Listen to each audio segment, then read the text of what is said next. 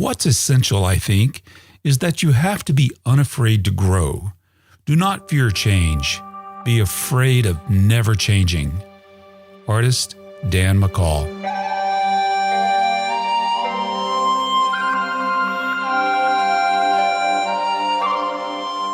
This is The Artful Painter, art lessons for artists, collectors, and people who love art. Today's art lesson comes from American impressionistic painter Gregory Packard. Welcome back. It's been a couple of months or so since I last published an episode of The Artful Painter, but it's good to be back. A lot has been happening. I visited Colorado back in November, and while I was there, I met up with artist Ralph Oberg. Had a fantastic time, met his wife, Shirley Novak. Well, while I was spending some time with Ralph, he said I needed to ask Greg Packard to be on The Artful Painter. He said he's really good. So if Ralph says he's good, I felt like I needed to listen. Ralph gave me an invitation to an opening that he and his wife, Shirley Novak, were participating in at this little tiny gallery called the Cimarron Song Gallery in Montrose, Colorado. My wife, my daughter, and I, we attended that show, and I'm so glad we did. That's where I met Greg, and we were blown away by his artwork that was on display there. His impressionistic paintings were so rich in colors and textures. They were just a delight to take in. In this episode, Greg shares his story on becoming a professional artist while raising a family. You will hear about that pivotal moment where he not only decided he wanted to paint, but also wanted to make a living at it. It's a great story.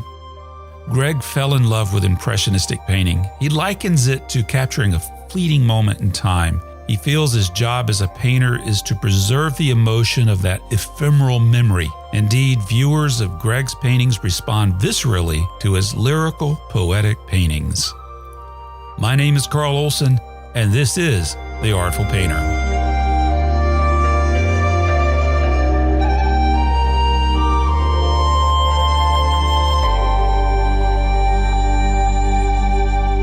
Greg, I am so happy to have you on the podcast. I met you briefly. I didn't really get to talk to you a whole lot, and I wished I could have, but you had an event at the Cimarron Song Gallery. That was back in November. Ralph Oberg invited me to that. And yeah. I am so glad he did, because that was an amazing experience there. I'm glad you enjoyed it. It was really nice to meet you as well, Carl. And I do wish we could have visited more, especially after, watching your video and I listened to one of your podcasts the other day. It's really well done. You sounds like you're an interesting guy. I'm really grateful that you're here on the Artful Painter podcast. This is a brand new endeavor for me, and I'm hoping that it benefits our audience to hear from people like you. But I do have a question for you.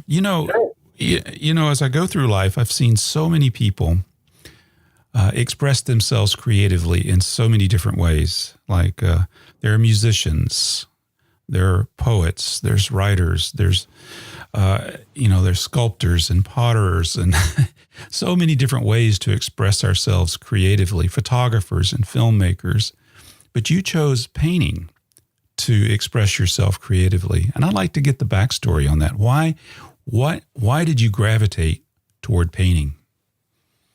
Well, I think it chose me. I'll give you the full backstory from when I was a kid.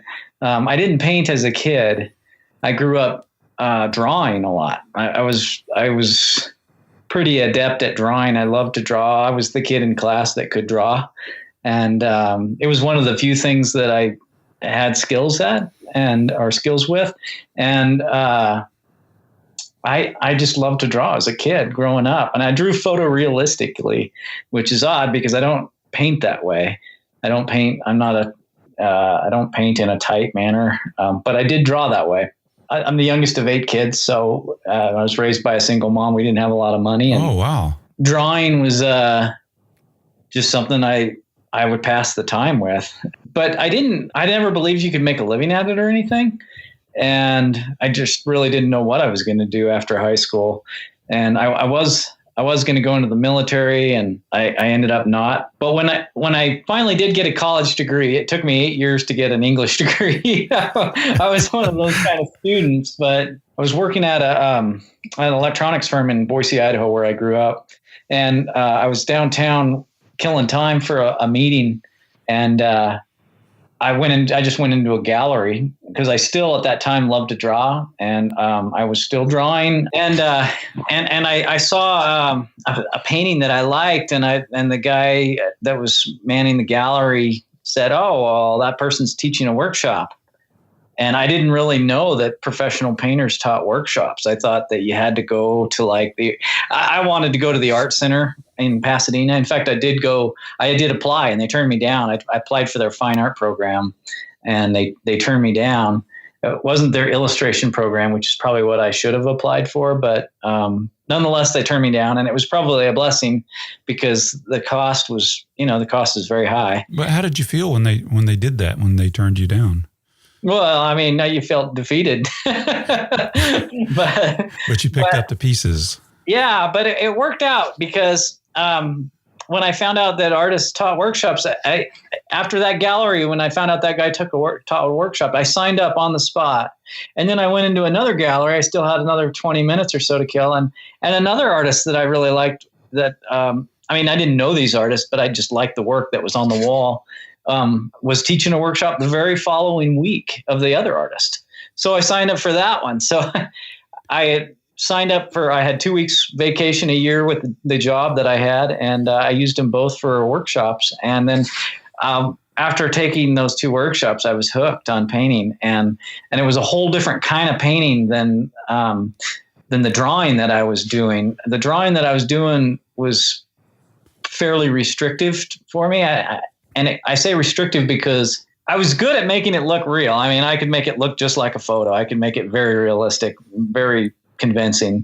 And I mean, it was good drawing, but it wasn't, I didn't have the skills at the time to take it to the next level, and make it art, like a Rembrandt drawing or etching, or Russian painter, Nikolai Feshin. He's a wonderful drawer too. Their drawings are art. They're not just a duplication of what's in front of them. They're actual art. They evoke emotion, and they have subtle line and curve, and they're beautifully rendered, and they do have a likeness, but they're also much more than that. So were your drawings, were they grayscale, or were you using colored pencils as well?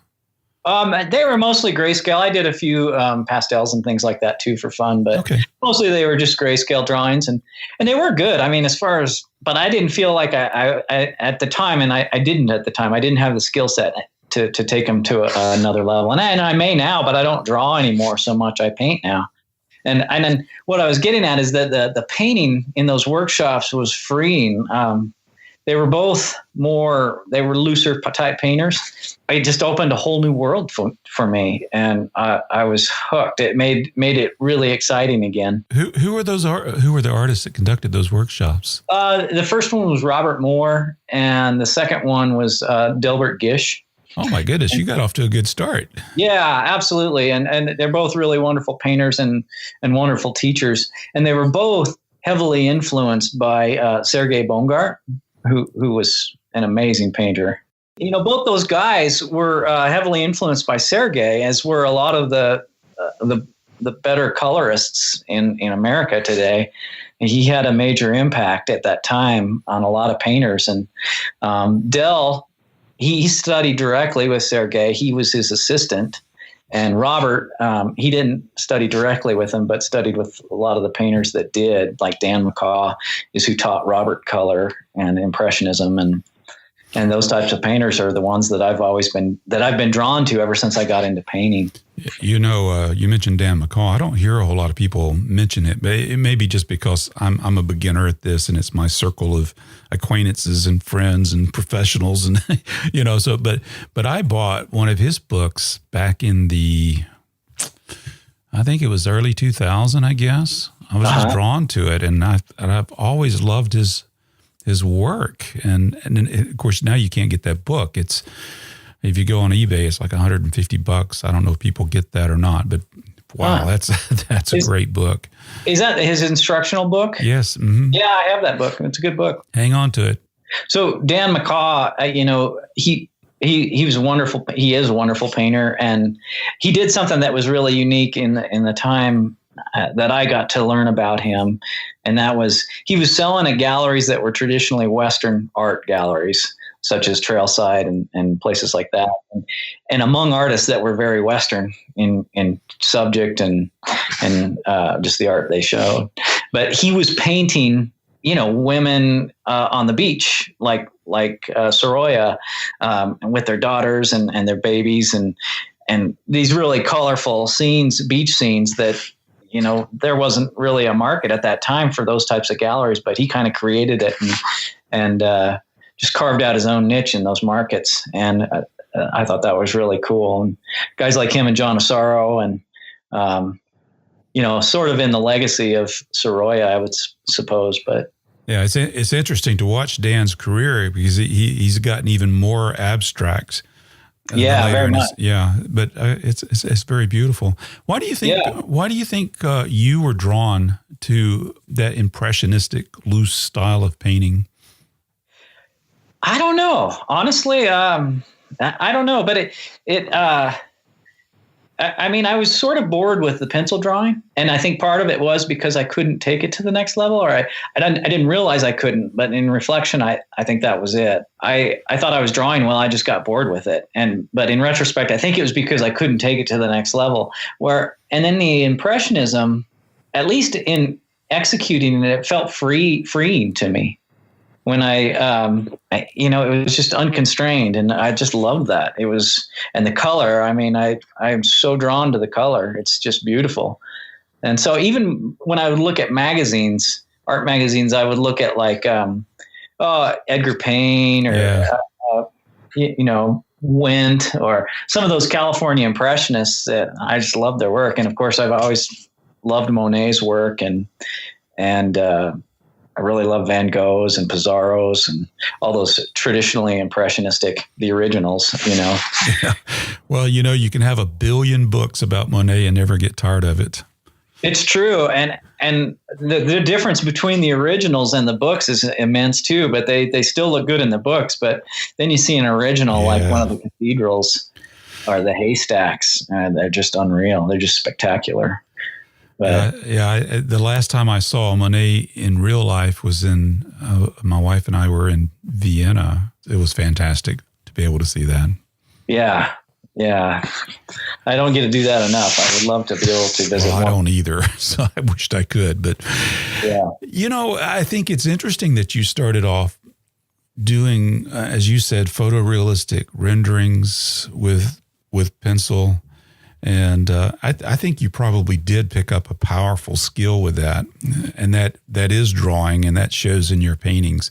That the art of being able to render something in a way that's believable, and even though it's very impressionistic, you still got to have a measure of drawing in those paintings. Yeah, absolutely. You do. I think it helped me a lot, actually. And that is because, one thing Edgar Payne said, or maybe was it Edgar Payne or Richard Schmid? Painting's easy. You just got to put the right spot of value and color in the right place. Well, when I learn that, I'll be a happy man. Yeah. When you boil it down, it's true, though. And then drawing takes care of a couple of those things. It doesn't get the hue and the intensity, but it gets the value and the accuracy, so it definitely helps me. I think it helps me be a looser painter because it enables you to be a little more confident. You can just slap it down and I think it helps in that regard. So I think you're right. I don't regret spending all my time as a kid drawing, that's for sure. Well, we've talked about you being drawn to impressionistic paintings. Maybe I could get your opinion on this then. Why do you think the general population as a whole is drawn to impressionistic style paintings? I think it's an individually unique experience for people. I don't know. If I had to guess, I would say it's kind of like it's kind of like poems, sometimes a poem or a short story will say more than a full novel or, a couple of paragraphs of prose. A poem, that's the beauty of them. They're very deliberate and saturated with meaning and images, even though they're words, and I think Impressionism can lead to that too. They allow a person there's enough room for a person's individual likes and experiences to engage with something that's not completely defined for them. So it allows them to bring their own personality in and in the painting. That's, even though the painting's complete and there before you, it allows them to connect with it in a much more personal way. And some, at least for me, that would be my explanation of why I like it, I think. But everybody's different, I suppose. And well, I think that's beautifully put. I like the way you express that. It's like a poem in a way, because you could see a picture, of an aspen forest, and they're beautiful. There's photographers that have taken some beautiful photographs of aspen, and we never tire of them. Yeah. But then you walk into Cimarron Song Gallery and you see, this big 60 by 48 image of aspens poetically expressed with paint, thick, luscious strokes of paint and saturated colors and beautiful grays. And it's, I don't know, it's arresting. It's very arresting. Thank you. Yeah, thank you. I appreciate that.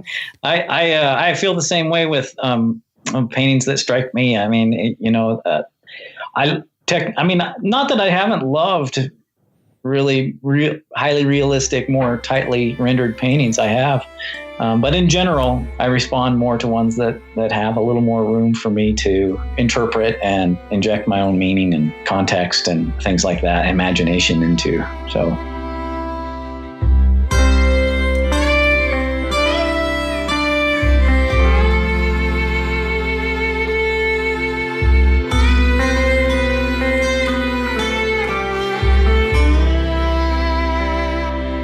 Artists and people who like to paint view pictures in a way that's a little bit different than the audience that does not. And that's no offense to those who do not paint.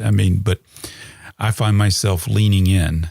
I stand back, but then I want to just dive into the painting, and not just the scene, but I want to see the paint itself. And it seems kind of silly, I think, but I love that, the impasto, the thickness, the strokes, and it makes me wonder, what was the artist thinking at that time? What music were they listening to? If they were, what was going through their head when they did that? How did they do that? All of those things go through my mind. And then I'm thinking selfishly, because I say, well, I'd kind of like to do that too. I'm with you on that. I love the, I love there's a quality about paint itself that draws me in. It's, I love thick paint, and I love thin paint too. I love the quality of paint itself. It's very visceral. Makes me want to reach up and touch it. And, I love it. One show I had, it was a solo show, and this little girl came up to me, one of my paintings, and said, she said, I want to lick it. It looked wet, it still looked wet. It looked like candy. Yeah. And it was a huge compliment to me, because this is a little girl that, kids, they just typically let it fly, whatever's on their mind, and good or bad. And for me, that was a really great compliment. It looked like candy or ice cream. Yeah. It reached her at a visceral level. And you have arrived as an artist, Greg, when a kid says that to you. Yeah. So anyway, I feel the same way about paint myself sometimes. Not that I want to go up and lick a painting necessarily, but I like the quality of paint itself and the abstract quality of it. And so when I'm up close to a painting that has, really great texture and that paint quality of itself, I love that. I like to get up close and look at it. And then with my own paintings, I try to achieve some of that. And then when you step back further away from it, I want the subject to take over more. But up close, I like that abstract quality of just paint itself. Yeah. I like to touch the paintings, but usually most museums won't let me do that. Yeah. Yeah. No doubt. You know, my granddaughter, she'll say, "Can I touch that?" Now in my home, I say, "Yes." Here's how you do it. Because Right. that tactileness is an important part of memory. So, oh well, but they won't let me do it in a museum. So, oh well. Yeah, no doubt. You know, it's a physical connection with the artist too. Well, how do you select what you paint? I mean, your subject matter is gorgeous, and I encourage everyone to go. I'll put a link in the post for this show to your website, but they're just you know, I see aspen forest, I see still lifes, you know, snow-covered scenes, nocturnes, such a beautiful array of subject matters. How do you go about selecting or developing a motif to paint? I think I'm a little spoiled. Typically, I paint what I want to paint. And I know a lot of artists don't do that. They theme their paintings for a show or what have you. And I mean, there's definitely some of that for me, but usually if I want to paint well, I try to feel it as much as I can. And then that's not always possible. I mean, as a pro, you got to work, whether you are always feeling it or not. But I try to I just paint what I want, and I let the subject speak to me. I mean, I have thousands of photos that I've taken, and I'll stream through them and find one that speaks to me, and then I'll paint it. It's pretty simple. You have no problem working with photos as a memory aid? No, not at all. No, I do it a lot in the studio. Yeah, I've heard, I've taken a few workshops and I've heard different opinions about it, but I'm an embracer of technology. Any tool that I can get to help me to stimulate my old gray cells. And as you get older, that gets harder. So I use it. Yeah. I mean, I know the drawbacks from photos. And so, I mean, as long as if you spend enough time out in nature, you know what those are. And I've plein air painted a fair amount. I don't do it as much anymore, but I did a lot earlier in my painting career. I know where photos fall short. So I have no problem using. Yeah, you have the field experience. Yeah, I think so. I think that's part of it, a big part of it. But also, I don't just copy the photo. I'm a fairly intuitive painter. I let the painting draw me in. And sometimes the paintings turn out how I anticipate they might, and other times they evolve. And I just let it happen. So I try not to be a slave to the subject or to the photograph that I'm working with or that sort of thing. But there's a painting, I found it on the web called New Paradigm. And when you write up on it, I mean, you can't even tell what it is. I mean, it's an abstract painting, but when you pull back, it's like you begin to see that it's like a snow scene or like a barn or a building with light emanating from it. And that's fascinating. So there seems to be this evolution in your painting where there's a level of detail, even though it's impressionistic, to this almost completely abstract, highly textured look. How did that come about? Yeah, I really love doing those paintings, those snow scenes. And it's very abstract. I mean, it's a blizzard. That was what I was trying to capture as a blizzard. And that particular painting, it's a barn. There's a great big old barn. Classic old American barn, and actually the scene from that was in New Mexico. There was one morning I was driving back from Santa Fe and Taos, and man, it was snowing hard. It was just blizzarding. I was starting up over this pass, and it was just one of those snow scenes where someone just opened up a down pillow and that's what it was like. And it was just beautiful. And there's a light on the barn. And that's the scene I tried to convey. And it worked out pretty well, very abstract up close. But then you step back across the room and It resolves. Yeah, the subject takes over, and then you see what it really is. Well, my wife, she came and got me. She says, "You got to see this." So it wasn't this painting, but it was a painting in a similar style. Yeah, and I know which one you're talking about on that one too. That's a fun piece. It's a city scene. That one is a little bit different, but it's same thing. It's a blizzard as well. I love doing those. The first one I did was a large one. Well, I guess it's not the first one, but one of the earlier snow scenes I did like that was a great big one. It was 48 by 50 inches, and it was a city scene. And anyway, it's owned by a pretty prominent collector, but I just love those paintings. Some of them are so hard to get, to let go. I fall in love sometimes with them, but that's how I make my living. So yeah, there you go. You do have to let some of the babies go, right? Yeah, absolutely. Well, but that's a good feeling too, to have that people, it moves them to make that purchase. And yeah. Oh, it's such an honor. I mean, really, it's paintings aren't cheap, and it's just it still amazes me that I can do that. I can sell a painting and make a living off of my artwork.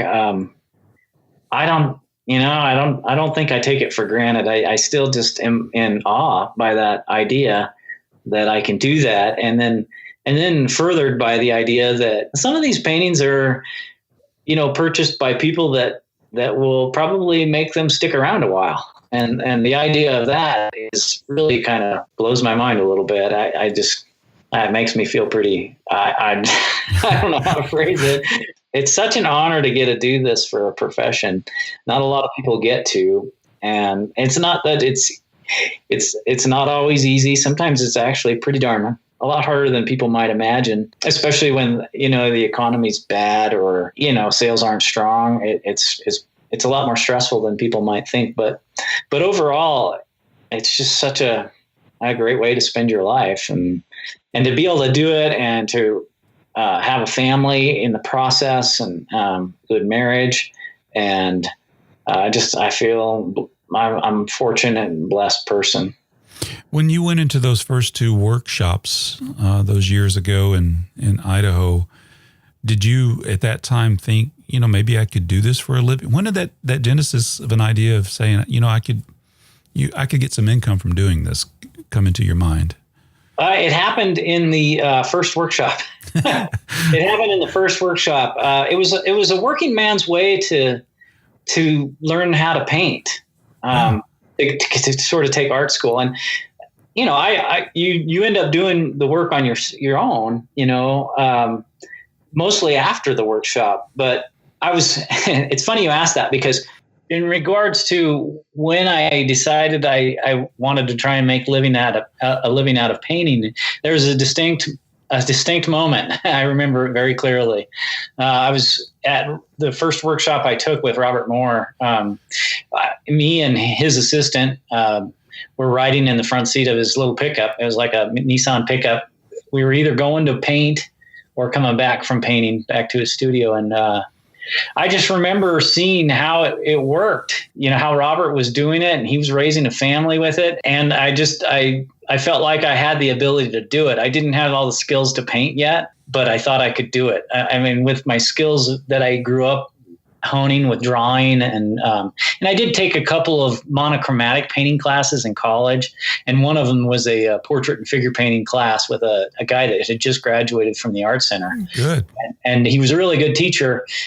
But it was tight rendering again. He was an illustrator for like Hollywood movies and stuff, and he was very, very tight, very good though. And I learned a lot from him, and so I just felt like I could do it. And then seeing how Robert made it work as a business, and it just clicked. And I said it out loud right then to Robert and his assistant Bart. I said I'm going to do this. I'm going to become a painter. And I think they thought I was nuts. How did he react? They both kind of looked at me. They were just chatting along, and they both kind of looked at me and paused for a minute. And then I just said, I can do this. I'm going to do it. And I just moved forward from that point on. And it'd be funny to, anyway, it's just interesting moments in your life. But I clearly remember that was the point where I decided that I was going to make it happen. And then after the 2 weeks of workshops, 1 week with Robert and one with Dale, I went home and I talked to we were engaged at the time, my fiance, and said, who is now my wife. And I said, I think I'm going to cut back work from 40 hours a week to 32. Oh yeah. And spend one day a week painting. And I did. Yeah. And wow. It's interesting. And then we moved, Boise. My wife grew up in northern Wyoming, and very rural, beautiful area. And Boise was just a little too big. And so we moved, and then we moved to where she grew up by Sheridan. And, I was doing like packaging design and stuff like that. We were contracting to Hewlett Packard in Boise and for the company I worked for. And up there, I was able to still do some of that and just make, earn money that way. But then it was sink or swim in Wyoming, because there weren't a lot of good jobs where we lived, or that I was qualified for as far as my degree and so forth. But I was a technical writer in Boise, and that's what my college degree was in. And I was doing technical writing and packaging design and graphic design and just stuff like that. So in northern Wyoming, it was sink or swim, and to paint. And I buckled down, and my wife really had to, buckle down and pay most of our bills. Most of my money that I made through design went back into painting and a business that I was starting. And took about 5 years to get real traction. But then it caught on, and I started making a living at it. Well, how did you end up in Montrose? That's a long ways from Sheridan. Yeah, it is. Actually, we liked Sheridan a lot as far as the size and just the beauty and the outdoor access was good up there.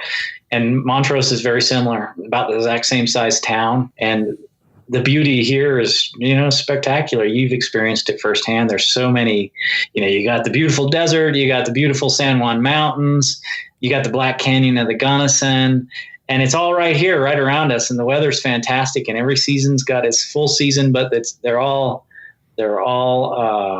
manageable. And so we picked this area for that. But the only thing we're missing is the ocean. So we have to take a road trip to the Pacific every once in a while, California or Oregon. Yeah, Montrose is a beautiful place. I really liked it. We've been there I guess the first time was back in the 80s, and it was just a drive through, but I just remember bits and pieces of it then, because it was kind of like it was the town you drove through to get to to Durango, Yeah. So, right. But then my daughter, they moved out there about 3 years ago, I guess. Oh, cool. And so that gave us a good excuse to visit. And that's when I really began to appreciate, wow, this is a really cool place. Yeah. And now you're surrounded by a lot of talented artists. Yeah. What an art community. I mean, I know Jill Carver's in the southwest corner there. You got Lynn Schmiel, Ralph Oberg, Wayne Wolf. Yeah. There's so many. And then, of course, Colorado has many great artists as a whole. Skip Whitcomb and Dan Young to the north and east there. So, yeah. Yeah, that's got to be a lot of fun to be in that community. I'm terrible. I sort of keep to myself, but Ralph's a good friend of mine, Ralph and Oberg and Shirley Novak. But I'd heard they lived here when we moved here, but they're about the only ones that I knew that lived here. And in fact, I didn't know that Ralph and Shirley were married at the time that we moved here. We moved here in 2005. But of course, obviously, since I've realized there's a lot of artists here, and Ralph's friends with all of them. He is, yeah. Ralph and Shirley, they're very gregarious people. They're just wonderful people. Well, they're just extremely friendly and generous, and that's. Yeah. And that helps an old guy like me who's just trying to learn how to do this stuff. It's just.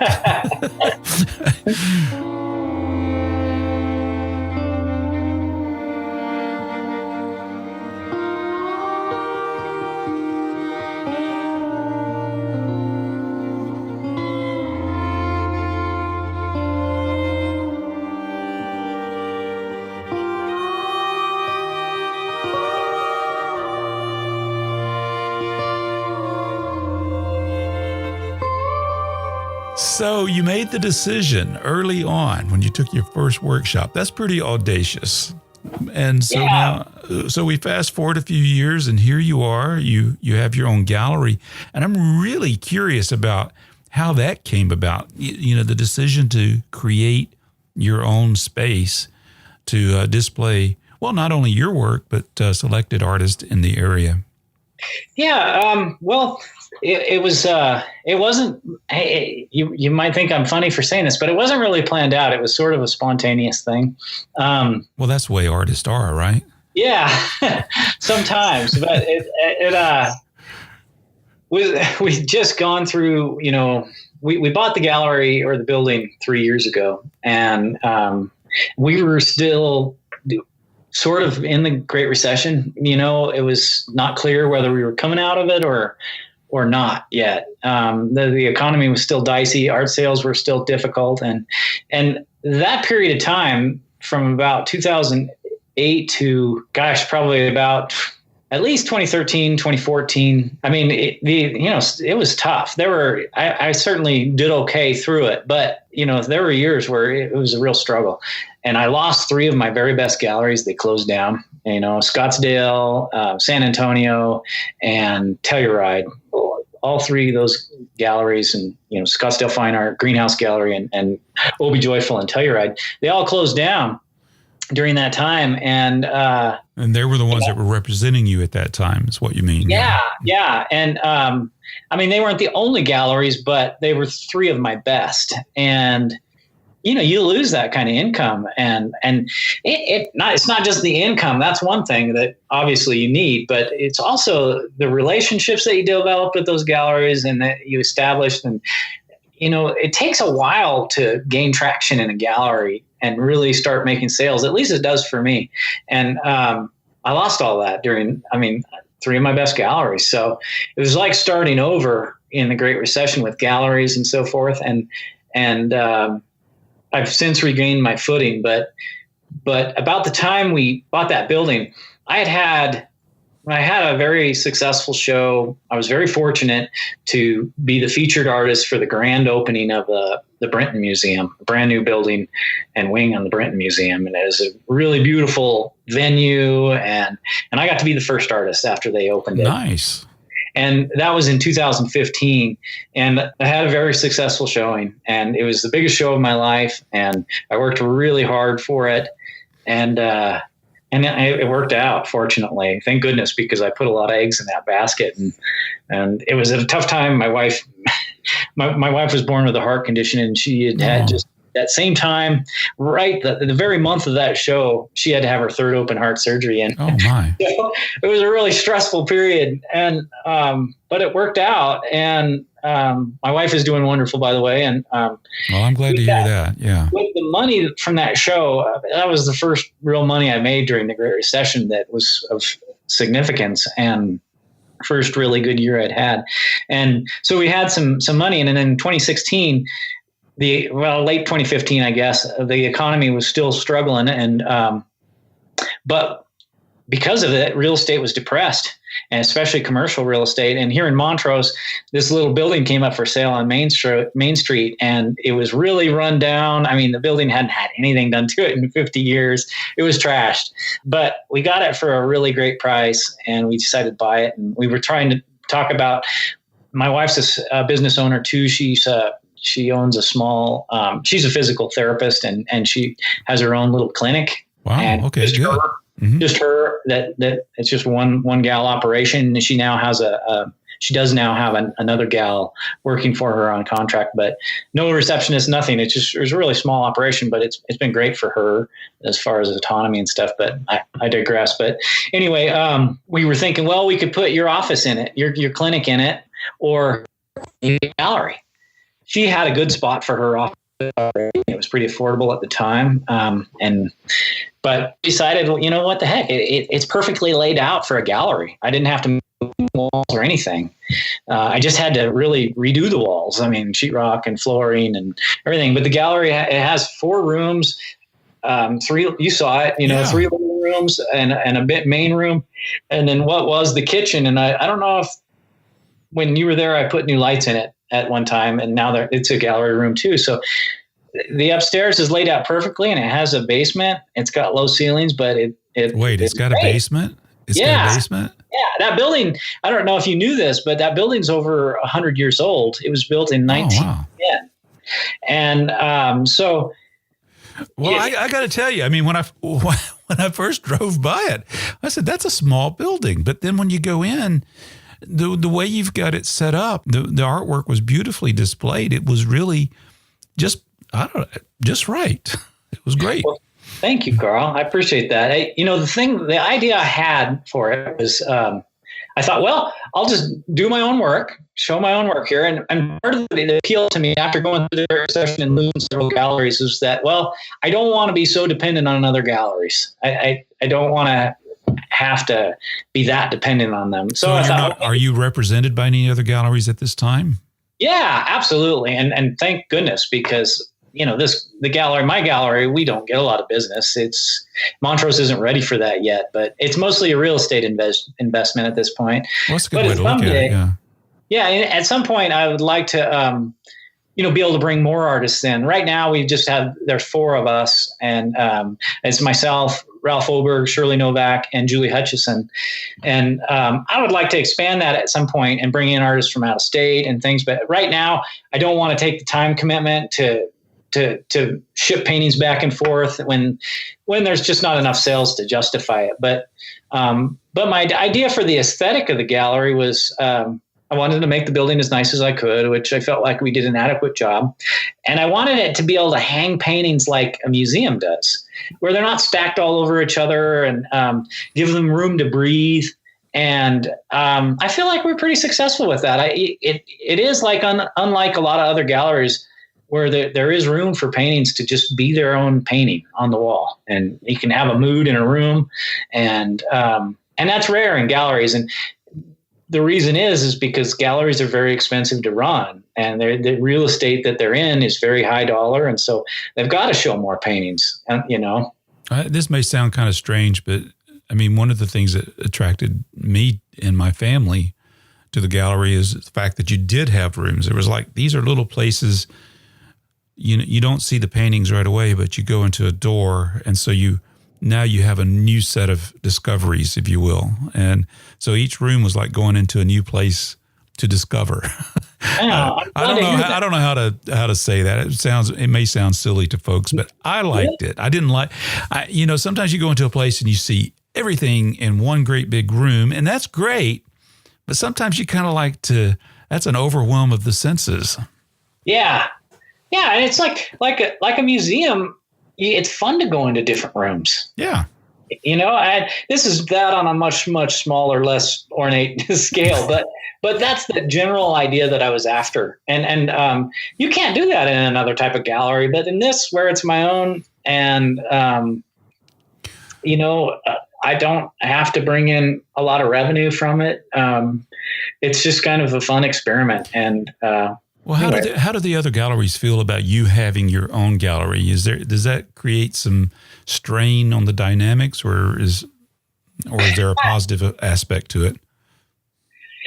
The galleries, I've talked to a couple of them about it, and they don't seem to have a problem with it. We still have to honor that relationship with the gallery, and sure, not try to steal their collectors or anything like that. And I don't. So, and in some respects, they find they come in and they'll look at the work and say, "Oh, I'd love to have that one." And so I try not to let them cherry pick them all, but we can make that happen. Yeah, we can make that happen. And in some regards, if gallery, if they call me and say, "Hey, we have a client interested in that painting," well, we would split the commission, and I'd give them a higher percentage than galleries typically do with that type of thing. So I don't know. It's an evolving process, and I don't know how, who knows how it'll all turn out. It's not my goal, certainly, to offend the galleries who make my living, because they're wonderful to me, and I love working with them, and without them, I couldn't make it. So, but it does seem like there are more and more artists that are exploring the idea of having their own place, and oftentimes it's not just a gallery. It's a place that they work, and it's a place where they conduct workshops, where it's a base for their workshops. Yeah. I'm seeing more of that. I mean, it's not huge numbers, but I have heard of a few cases like that, and it sounds attractive. Yeah, I suppose. It's more work than you think. And our gallery is very simple compared to most galleries do a show a month and all that. And the most we've done is 3 in a year. And it just is with family and kids. And then just my career of supplying the galleries that I'm in with work. It's a challenge, especially where I supply most of the paintings in my gallery, to fill it up is, and then keep my galleries full. It's definitely a challenge. And, well, if you were to be open full time, then you would have to have staff and all that. And if I remember correctly, you're open by appointment, or it's set times. Yeah, just by appointment. We can't afford to. Yeah. It wouldn't pan out on paper if we had to hire someone to man it full time. We're just not there yet in Montrose. But I think Montrose will be in maybe 5 or 10 years. Well, you were talking about artists doing, more artists doing their own thing with their own gallery, and then doing workshops there and so forth. And I could definitely do workshops here in this area. I don't have a great affinity for teaching. I can do it. I've taught workshops, but from a business standpoint, I'm probably nuts not to, because I think I could do it pretty well here. But I just don't. Yeah, it brings its own set of stresses, no doubt. You get so many fingers in the pie, and pretty soon your work suffers. And I feel like that's where I'm at. I'm a father and a husband first, and a painter, and then after that, you have to be careful what you spend your time and effort and energy doing. And both my kids are teenagers, and boy, that they're wonderful kids, but it sure takes a lot of energy to be an adequate parent. It does. Of course, our kids are all grown, but I can certainly identify with that. And I see it with my own children. The work that goes into parenting it's a full-time job. It truly is, but it's a worthwhile job. It's rewarding. Absolutely. It's one of the most rewarding and challenging things I've ever done. And thank goodness that I, have a really amazing wife to help me. And she does the bulk of the work when it comes to parenting. She's a wonderful mom and just a wonderful person. But, a lot of painters, there's not a lot of painters that do this, that have a family and so forth. A lot of painters, at least from what I see, are single or married, but with another painter anyway. So I think that's part of the reason that I don't do a lot of plein air paint outs, or I don't travel to shows. I mean, unless they're a gallery show that's for me, or, I just don't do a lot of that stuff that a lot of painters do to socialize and to forward their career. I've been sort of a stay-at-home painter, and it's worked great for me. And I don't want it really any other way at this point. But it's allowed me to be a dad and a husband and a painter all at once. And so I try to keep my priorities tighter together. Otherwise, I think things just sort of get away from you. I think that's very commendable. I have noticed that your website, you're also selling your artwork online. Through our gallery. Yeah. As well as Ralph's and Shirley's and Julie's. Yeah. And that's just new. I'm trying it out, and hopefully I haven't had any success with it yet, but time will tell. Well, be everywhere and see what happens, right? Yeah. I mean, it is just a grand experiment. and that's not just with the gallery. It's just being an artist and making a living at it in general. I don't know that there is any right way or any right answer. It's just trying to figure out year to year what's going to work, because things change. The market's changing before our eyes. And part of that was the shift in the economy that we had in the last 10 years or so. Things have changed, and technology changes. And, if you don't adapt somewhat, you're going to fall through the cracks and you're going to get caught. And I don't know, every year that goes by that I can make a living as a painter, I feel blessed. And I just want to extend that. I'd love to die a painter, I would love to, I want to live a ripe old life, and I want to sell paintings and love to paint my whole life. And, I think you have to work at that, both from a painter with your skills as a painter, but also as a business person and making smart choices. So like I said, it's just an experiment. I'm not throwing every egg into that basket by any stretch. It's very little compared to the galleries that represent me, but I'm trying it. That's fantastic. It really is. So I want to talk a little bit about the materials and the techniques. Yeah. I don't think a person has to buy the most expensive paints. I certainly don't. You don't have to mix the right colors. That's for sure. In fact, you don't have to use cadmiums and things like that, because color is all about relationships. And so, if you want those color relationships to work together to harmonize, but that doesn't mean that you have to have the most intense, brightest version of that color by a certain manufacturer or something, in my opinion, anyway. It's all how it relates to the color next to it. And you can use a lot of different colors. I do use cadmiums, and those are the most expensive colors in any brand of paint, but I use cheap brands of paint, and I use a lot of paint. And so I can't afford the really high dollar paint. So you use what works. Yeah, you use what works. And there are different properties in different paints. Some hold their volume better, some are shinier, some dry matte. And with different paintings, I use different paint for different purposes. So it's kind of fun that way. And unlike a lot of painters, my process, as I said earlier, is very intuitive. And so when I paint a painting, I let it direct me. And what I mean by that is sometimes in my paintings, they look different from one another. So you'll see some artists, all their paintings look like they painted by the same person. Mine are not that way. And I do it purposely. I would get bored if I made every painting look the same. I like trying different things. And so I push it, and I learn, and I fail a lot, and then I succeed some. And then I've learned something, and I can let my intuition draw me further in different subjects and different moods. And to do that, you gotta paint different ways, and you gotta learn to love failing. So anyway, that's my thing about different supplies and different types of paint and materials, is it's good to try different things.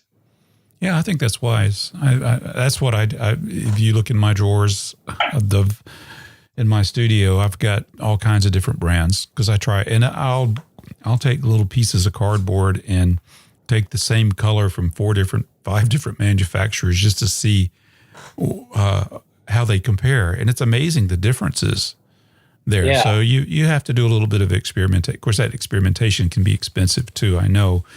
And I don't think you really have to do that, but it is interesting to see the variations there are in the various pigments that we use to paint with. So it's kind of interesting to me to explore that. Yeah. They all offer different qualities, that's for sure. Yeah. So when you do a painting, what kind of substrate? I didn't touch any of your paintings in your gallery, so are they on canvas, or are you on board? I do both. Okay. I'll use canvas typically for larger paintings, and I like painting on a board for smaller paintings. But I do both, and for different reasons too. They offer different qualities too. You don't have that flex in the boards, and for some paintings that's nice to not have it. And then for larger paintings, and with that canvas or linen, sometimes it's nice to have that flex. And when you touch it with the brush, it's a little got different. A little balance to it. It responds differently. Yeah. So, the same thing. I use a variety of different stuff. But I make my own. I don't buy pre-made stuff, and that's just because I'm cheap. As a family guy, you've got to learn ways to save money throughout it, or especially early in your career, or you're not going to probably make it. But and that's the same with frames. I don't know if you when you came into our gallery, if you noticed any of the frames, but I made most of those, and wow. I did notice. I learned to do that. I learned to hand carve and water gild my frames. And it was because it was a financial decision, because when I got awarded that show, or when they told me that I was going to be their inaugural artist for the Brenton Museum, I had to have 46 paintings to fill that. And 46. Oh my word. I knew I needed to up my game with my frames to have that type of venue. And I couldn't afford to buy them. I would have had to mortgage my house. So I learned to carve them and build them myself. I had built frames before like that, but I didn't carve them. I used the little steamed things that you put on the corners, and I used imitation gold leaf. And but I had to up it, and I learned to carve them and water gild them, and so now they're hand carved, water gilded, 23 karat gold frames. And I've also learned to do a modern take. One of the galleries I'm in, they like mostly modern frames, black and so forth. So I've made my own version of that too. When you say a modern frame, you mean like a float frame or something like that, or just? Yeah, I can do a float frame as well. But like, this particular gallery, they don't like the gold. He says most people want black, and they're building all these modern cabins and homes and stuff. And so I came up with a black kind of closed corner, modern looking frame for that. But I would send a floating one too with a gold lip there. It just, he prefers black, but. Oh, wow. Well, but it's all just being flexible to it, Well, do you find it therapeutic to actually work or satisfying to work on the frames in addition to doing the painting? I do sometimes. Yeah, most of the time I do. When I'm really busy, it's very time consuming, and I don't like it as much when I'm rushed, because those hand carved frames and the water gilding, it takes a lot of time. I mean, it's a good problem to have, because if you're busy, you're selling paintings. But it definitely is. It's time consuming. But I love carving, and I love being able to craft something like that that's beautiful. And so when someone buys one of my paintings, they get two pieces of art, in my opinion. Not a lot probably, but some of the California Impressionists of the old times, they did the same thing. Nikolai Feshin, he did a lot of carving. He made a lot of his frames, I think, and so did some of the Taoist artists, and so it's kind of neat in a day and age where everything is instant gratification and instant this and that. For somebody to take their hard-earned dollars and buy one of a kind hand painted painting, and then to have a one of a kind hand carved frame, I think it's rare, and it's just a little extra that I love to try and give my collectors, and I do find it satisfying as an artist too. I like working with wood, and just being able to craft something with my hands in any form. I like what you said. You're essentially selling two pieces of art as a cohesive whole there. So that's pretty cool. Yeah, it's satisfying from an artistic standpoint, and I really do feel like I'm trying to give value to my collectors. And I know that it's not easy to collect art, especially in somebody that isn't super wealthy or what have you. Paintings are expensive, and so I always want to try and find a way to give them more value, and that's one way I can do it. Well, Greg, I've really enjoyed talking with you during this episode. What's the best place? Where do you want people to go to start off on their journey about learning about Gregory Packard? Well, first, I've really enjoyed visiting with you as well. Thank you so much for taking the time to interview me and taking the interest. I appreciate it. As far as I have my own website. It's gregorypackard.com. I'm not great about updating it, but on there I have I write. I used to write a lot. My teenagers I don't have the time or energy as much lately, right? I know that feeling. Yeah. But I have a pretty extensive journal there, and people can get to know me a little better by reading that. And then my work's obviously on there, and all the galleries, the really great galleries that represent me. I'm so grateful for them. So they can please visit those galleries. There's the Story of Fine Art. There's the Broadmoor Galleries. There's Obie Joyful Gallery. There's the Brenton Museum, and there's Ackerman's Fine Art, and then Cimarron Song Gallery, my own. There's links to all those galleries. They can view my work there, and I provide a sampling of my work on my own GregoryPackard.com website, as well as I have a little 3D virtual gallery. It doesn't represent my personal gallery, Cimarron Song, but it does. It's a cool new technology. You can go in and see the artwork from three-dimensionally hung on a wall, and you can walk around the gallery. It's really cool. It's a really cool. I saw those. They were pretty cool. I like that. Yeah. Yeah. So, they can. I think, if someone wants to learn more about me, I would start there at GregoryPackard.com. Very nice. Well, thank you for being on the show. Thank you. I sure appreciate it, Carl. And if maybe in the future we should do this again. You got it. That's a deal.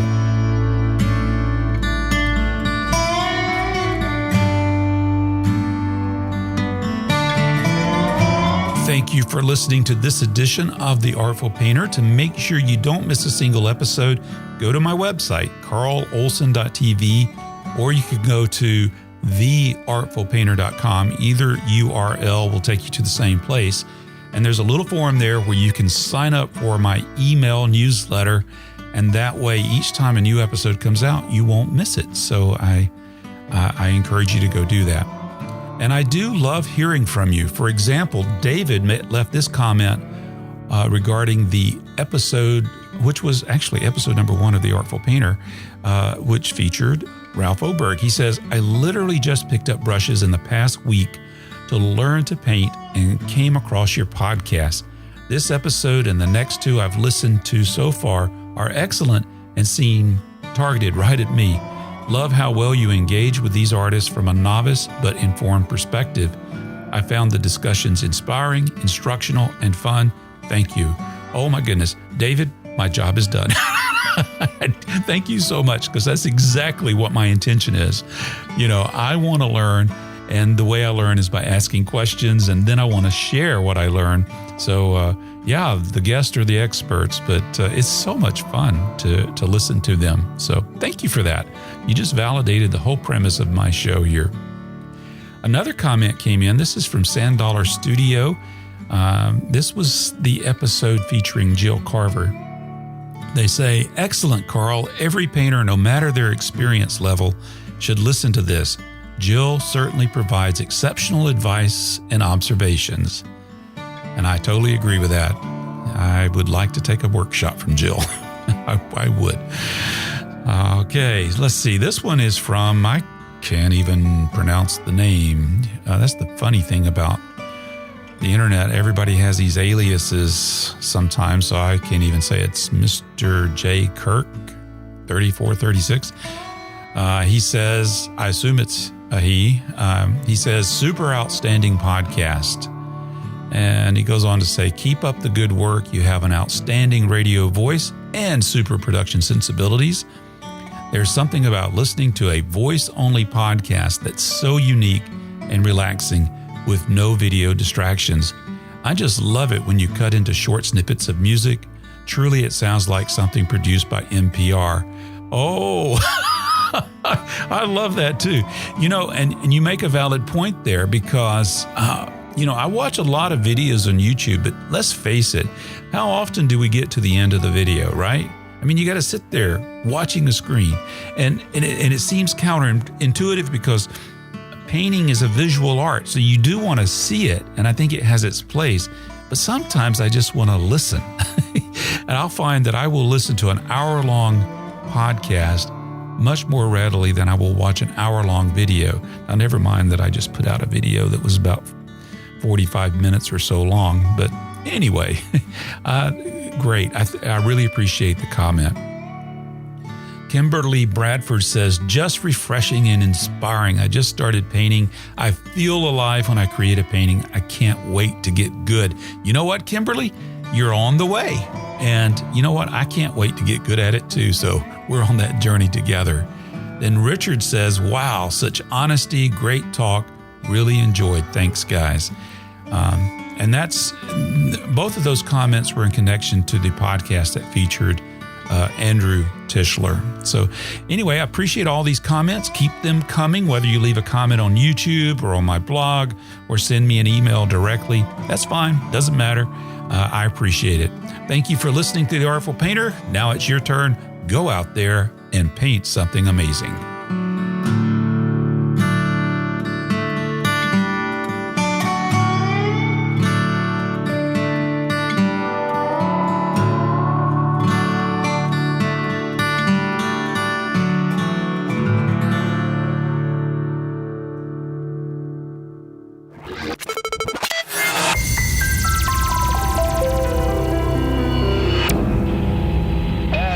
Picture on the TV.